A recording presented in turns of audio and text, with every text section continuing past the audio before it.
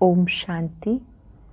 आज बाबा के 26 मार्च 2021 के साकार मधुर महावाक्य हैं। आज शुक्रिया दिवस पर सबसे पहले हम सब विश्व नियंता का दिल से शुक्रिया करते हैं, जो स्वयं शिक्षक बनकर हर रोज़ हमें पढ़ाने आते हैं। प्यारे बाबा, आपका बारंबार शुक्रिया। आज मधुर मुरली में बाबा ने याद दिलाया कि देह अभिमान सबसे बड़ी बीमारी है। इसी से भारत का डाउनफॉल हुआ है, दुर्गति हुई है। फिर से देही अभिमानी बनो। देही अभिमानी अर्थात सोल कॉन्शियस बनो। जब देहाभिमान में होते हैं तो लड़ना, झगड़ना, बंदरपना ये सब इमर्ज हो जाता है। चेक करो, कहीं काम कांश, कहीं क्रोध कांश है तो उसका मूल कारण देह अभिमान है। देही अभिमानी बनने से बहुत मीठे बन जाएंगे, शीतल बन जाएंगे। देह अभिमान के कारण ही बाबा को भूल जाते हैं। बाबा ने कर्मातीत अवस्था के लिए कहा कि जब आप में योग बल होगा तो आपकी कर्मातीत अवस्था बन जाएगी। कर्म भोग भी कर्म योग में परिवर्तित हो जाएगा। अपने समय के खजाने को सफल करने वाले सफलता मूर्त बनना है। जो भी बच्चे अपने समय को सफल करते हैं, स्वयं कल्याण, विश्व कल्याण में लगाते हैं, उनके सभी खजाने जमा हो जाते हैं। खुशी का, शक्ति का, श्वास का सभी खजाने जमा होते जाते हैं। सिर्फ अलबेलेपन को छोड़ हमें इस समय को सफल करना है। बहुत सुंदर बात बाबा ने याद दिलाई कि एकाग्रता की शक्ति के द्वारा आपको अनुभवी मूर्त बनना है। बाबा कहते, मीठे बच्चे, सबसे बड़ी बीमारी देह अभिमान की है। इससे ही डाउनफॉल हुआ है, इसलिए अब देही अभिमानी बनो। सबसे बड़ी बीमारी देह अभिमान की है, इससे डाउनफॉल हुआ है, इसलिए अब देही अभिमानी बनो। क्वेश्चन है, तुम बच्चों की कर्मातीत अवस्था कब होगी? जब योग बल से कर्म भोग पर विजय प्राप्त करेंगे, पूरा पूरा देही अभिमानी बनेंगे। ये देह अभिमान का ही रोग सबसे बड़ा है, इससे दुनिया पतित हुई। देही अभिमानी बनो तो वो खुशी, वो नशा रहे और चलन भी सुधरे। देही अभिमानी बनेंगे, सोल कॉन्शियस बनेंगे तो वो खुशी, वो नशा और फिर चलन भी सुधर जाएगी। गीता, रात के राही थक मत जाना, सुबह की मंजिल दूर नहीं। ओम शांति। राही का अर्थ बच्चों ने सुना और तो कोई समझा नहीं सकते सिवाय तुम ब्रह्मा मुखवंशावली ब्राह्मणों के। तुम जो देवी देवता थे तो मनुष्य, परंतु तुम्हारी सीरत बहुत अच्छी थी। जब हम देवी देवता थे तो सीरत बहुत अच्छी थी, आंतरिक गुण बहुत अच्छे थे। तुम सर्वगुण संपन्न, 16 कला संपूर्ण थे, विश्व के मालिक थे।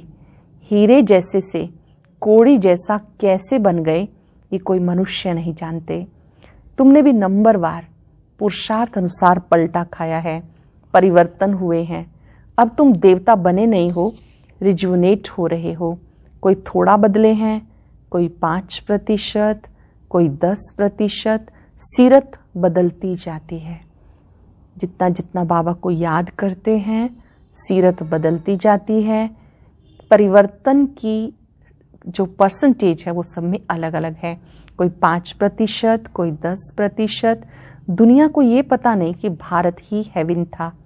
कहते भी है क्राइस्ट से 3000 वर्ष पहले भारत में देवी देवता थे, उनमें ऐसे गुण थे जो उनको भगवान भगवती कहते थे।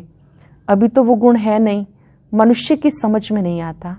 भारत जो इतना साहूकार था, फिर उसका डाउनफॉल कैसे हो गया? भारत जो इतना ऊंच था, फिर इतना डाउनफॉल कैसे हो गया? वो भी बाबा समझाते। तुम भी समझा सकते हो जिनकी सूरत सुधरी है। ये बात वो बच्चे बता सकते हैं जिनकी सूरत सुधरी है। बाबा कहते बच्चे तुम देवी देवता थे तो आत्म अभिमानी थे, फिर जब रावण राज शुरू हुआ तो देह अभिमानी बन गए। ये देह अभिमान की सबसे बड़ी बीमारी तुम्हें लग गई। सत्युग में तुम आत्म अभिमानी थे, बहुत सुखी थे। जब आत्म अभिमानी थे तो बहुत सुखी थे। किसने तुम्हें ऐसा बनाया कोई भी नहीं जानते। बाबा बैठ समझाते तुम्हारा डाउनफॉल क्यों हुआ। अपने धर्म को भूल गए। भारत वर्थ नाट्य पैनी बन गया, कोड़ी जैसा बन गया। उसका मूल कारण क्या? देह अभिमान। ये भी ड्रामा बना हुआ है। मनुष्य ये नहीं जानते भारत इतना साहूकार था, फिर वो गरीब कैसे बना। आदि सनातन देवी देवता धर्म के थे, फिर हम कैसे धर्म भ्रष्ट कर्म भ्रष्ट बने। बाबा समझाते रावण राज्य होने से तुम देह अभिमानी बन गए तो तुम्हारा ये हाल होने लगा। रावण राज्य के कारण देह अभिमानी बने, फिर तुम्हारा ये हाल होने लगा। सीढ़ी में भी दिखाया है कैसे डाउनफॉल हुआ। वर्थ नाट्य पैनी का मुख्य कारण देह अभिमान है। ये भी बाबा समझाते। शास्त्रों में कल्प की आयु लाखों वर्ष लगा दी। आजकल समझदार हैं क्रिश्चियन लोग, वो भी कहते क्राइस्ट से 3000 वर्ष पहले पैराडाइज था। भारतवासी समझ नहीं सकते कि प्राचीन भारत ही था जिसे स्वर्ग हेवन कहा जाता है। प्राचीन भारत स्वर्ग कहलाता था। आजकल भारत की फुल हिस्ट्री ज्योग्राफी को जानते ही नहीं। थोड़े बच्चों में थोड़ा ज्ञान है तो देह अभिमान आ जाता है, समझते हैं हमारे जैसा कोई नहीं। चेक करेंगे सूक्ष्म में ज्ञान का अभिमान ना आए। कई बच्चों में थोड़ा ही ज्ञान है, अभिमान में आ जाते हैं हमारे जैसा कोई है नहीं। बाप समझाते भारत की ऐसी दुर्दशा क्यों हुई। बापू गांधी जी भी कहते थे पतित पावन आओ, आकर राम राज्य स्थापन करो। आत्मा को जरूर कभी बाप से सुख मिला तो पतित पावन को याद करती है। आत्मा को जरूर सुख मिला इसलिए पतित पावन को याद करती है। बाबा समझाते हमारे बच्चे जो शूद्र से बदल ब्राह्मण बनते हैं वह पूरा देही अभिमानी नहीं बनते, घड़ी घड़ी देह अभिमान में आ जाते हैं। ये सबसे पुराना रोग है जिससे ये हाल हो गया। देह अभिमान का रोग सबसे पुराना है जिससे ये हाल हुआ। देही अभिमानी बनने में बड़ी मेहनत है। जितना देही अभिमानी बनेंगे उतना बाप को याद करेंगे, फिर अथाह खुशी रहनी चाहिए। गाया जाता परवाह थी पार ब्रह्म में रहने वाले की, परमेश्वर की वो मिल गया उससे 21 जन्म का वर्षा मिलता है।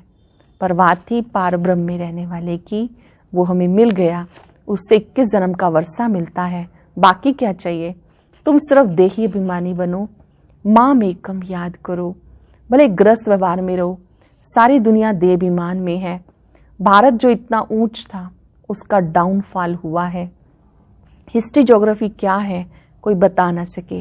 ये बातें कोई भी शास्त्रों में नहीं है। देवताएं आत्म अभिमानी थे, जानते थे एक देह को छोड़ दूसरी लेनी है। परमात्म अभिमानी नहीं थे।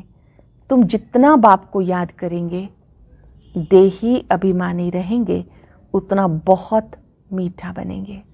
जितना बाबा को याद करेंगे, देही अभिमानी रहेंगे, उतना बहुत मीठा बनेंगे। देह अभिमान में आने से लड़ना झगड़ना बंदरपना आ जाता है। देह अभिमान में आने से क्या होता है? लड़ना झगड़ना बंदरपना आ जाता। बाबा समझाती है, बाबा भी समझा रहे हैं। बच्चे देह अभिमान में आके शिव बाबा को भूल जाते हैं। अच्छे अच्छे बच्चे देह अभिमान में रहते हैं, देही अभिमानी बनते ही नहीं। तुम कोई को भी बेहद की हिस्ट्री ज्योग्राफी समझा सकते हो, बेहद की हिस्ट्री ज्योग्राफी किसी को भी समझा सकते हो। बरोबर सूर्यवंशी चंद्रवंशी राजधानी थी, ड्रामा का किसी को पता नहीं। भारत जो इतना गिरा, डाउनफॉल की जड़ देह अभिमान है। बच्चों में भी देह अभिमान आ जाता। ये नहीं समझते कि हमें डायरेक्शन कौन देते हैं। हमेशा समझो शिव बाबा कहते हैं। शिव बाबा को याद न करने से देह अभिमान में आ जाते हैं। बाबा को याद न करने के कारण देह अभिमान में आ जाते। सारी दुनिया देही अभिमानी बन गई, बॉडी कॉन्शियस वाली बन गई। पूरी दुनिया में देह अभिमान छा गया, देह अभिमानी बन गए। तब बाबा कहते माम एकम याद करो, अपने को आत्मा समझो। अभ्यास करेंगे कुछ सेकंड। मैं देह से न्यारी आत्मा हूँ। अपने आत्मिक स्वरूप पर एकाग्र हो जाएं। महसूस करें वो छोटी सी बिंदी ने इस देह रूपी वस्त्र को धारण किया है।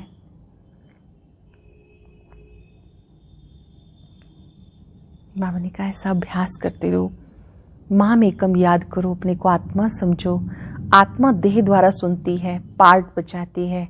बाप कितना अच्छी रीति समझाते हैं, भले भाषण बहुत अच्छा कर लेते हैं, परंतु चलन भी अच्छी चाहिए ना।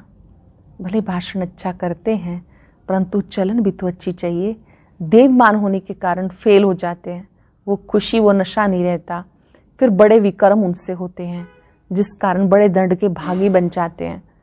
देहाभिमानी बनने में बहुत नुकसान पाते हैं।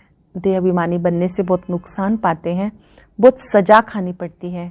बाबा कहते हैं गॉडली वर्ल्ड गवर्नमेंट है ना, मुझ गॉड की गवर्नमेंट का राइट हैंड है धर्मराज। तुम अच्छे कर्म करते हो तो उसका अच्छा फल मिलता है, बुरे कर्म करते हो तो उसकी सजा भी खाते हो। सब गर्भ जेल में सजाएं खाते हैं, उस पर भी एक कहानी है। ये सब बातें इस समय की हैं।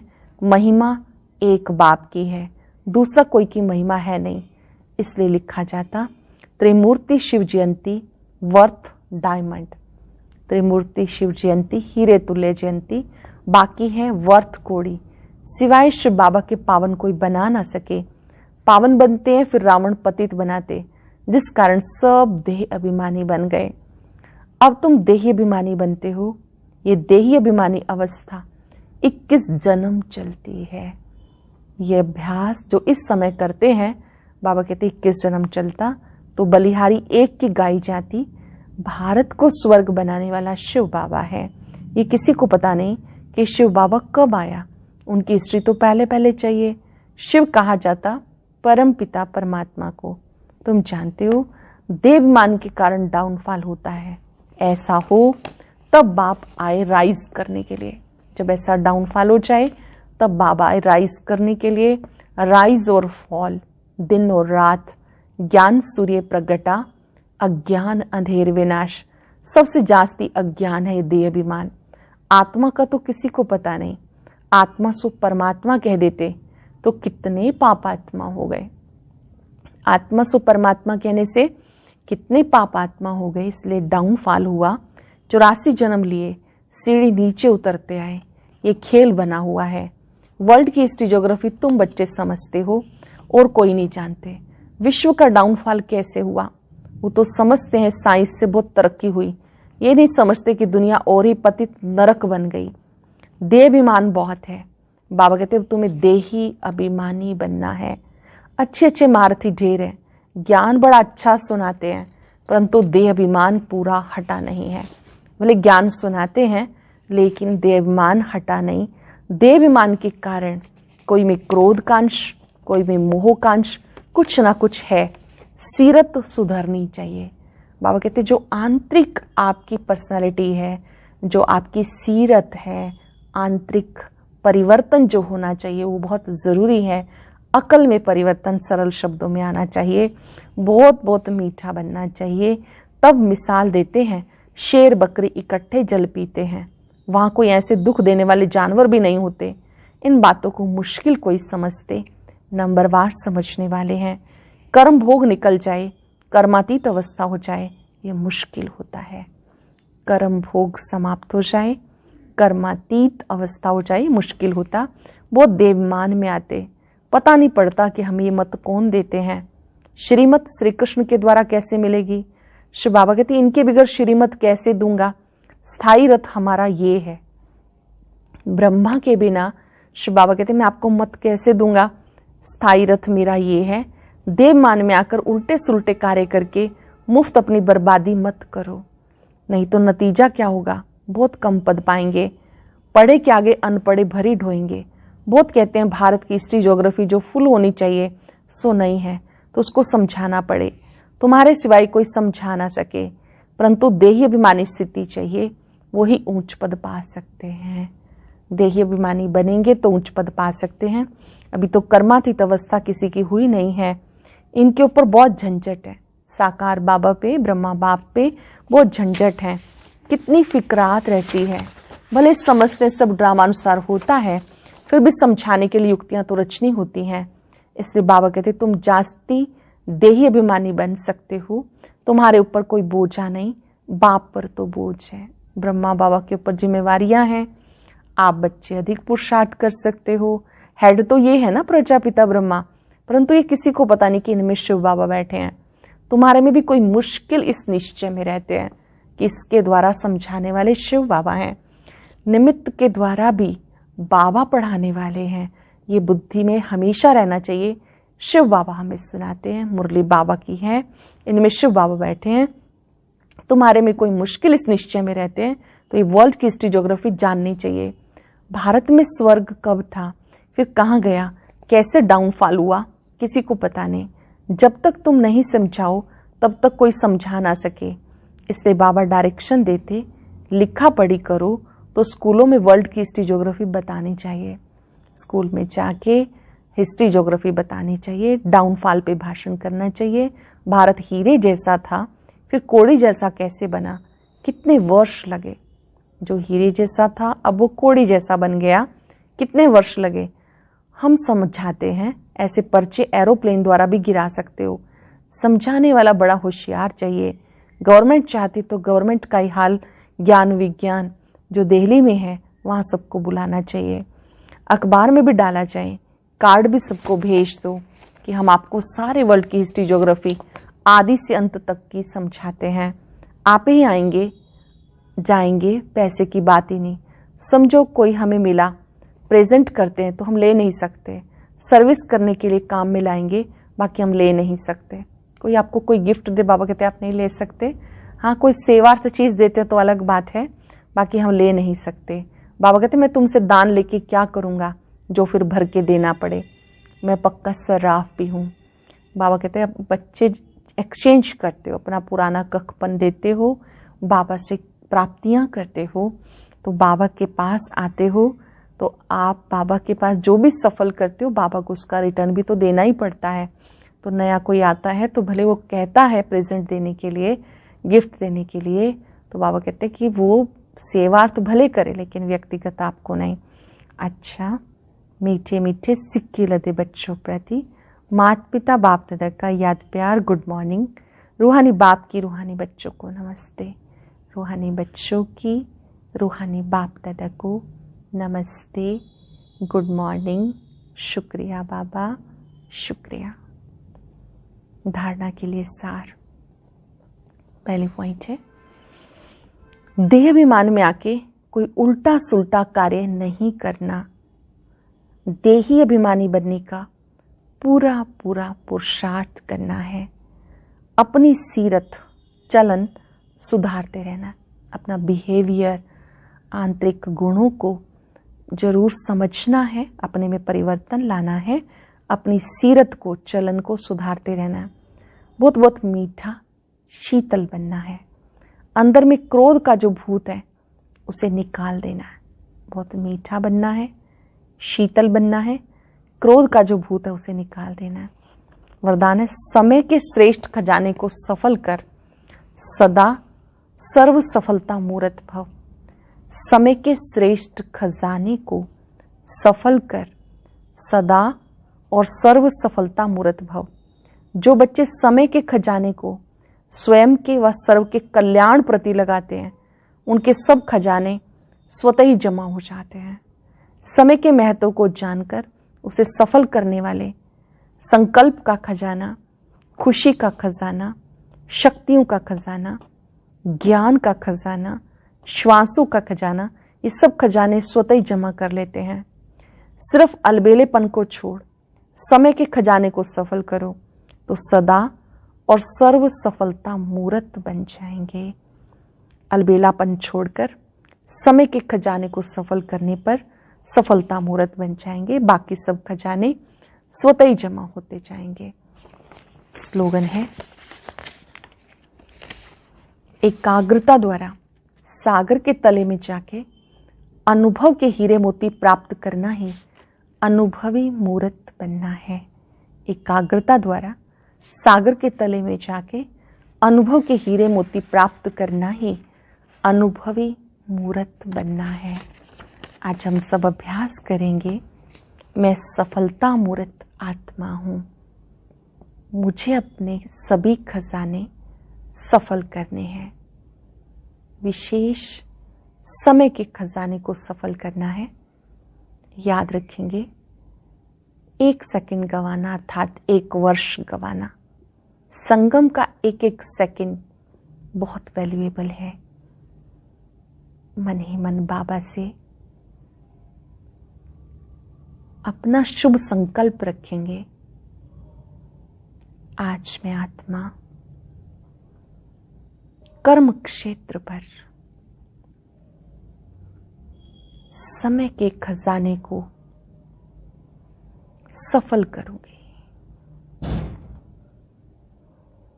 मुझे 1 सेकंड भी व्यर्थ नहीं गंवाना। मेरा हर सेकंड, हर श्वास, हर संकल्प सेवा प्रति है। ओम शांति। और अभी सुनेंगे आज की अव्यक्त मुरली। इसके लिए ऊपर दिए गए बॉक्स को क्लिक करें।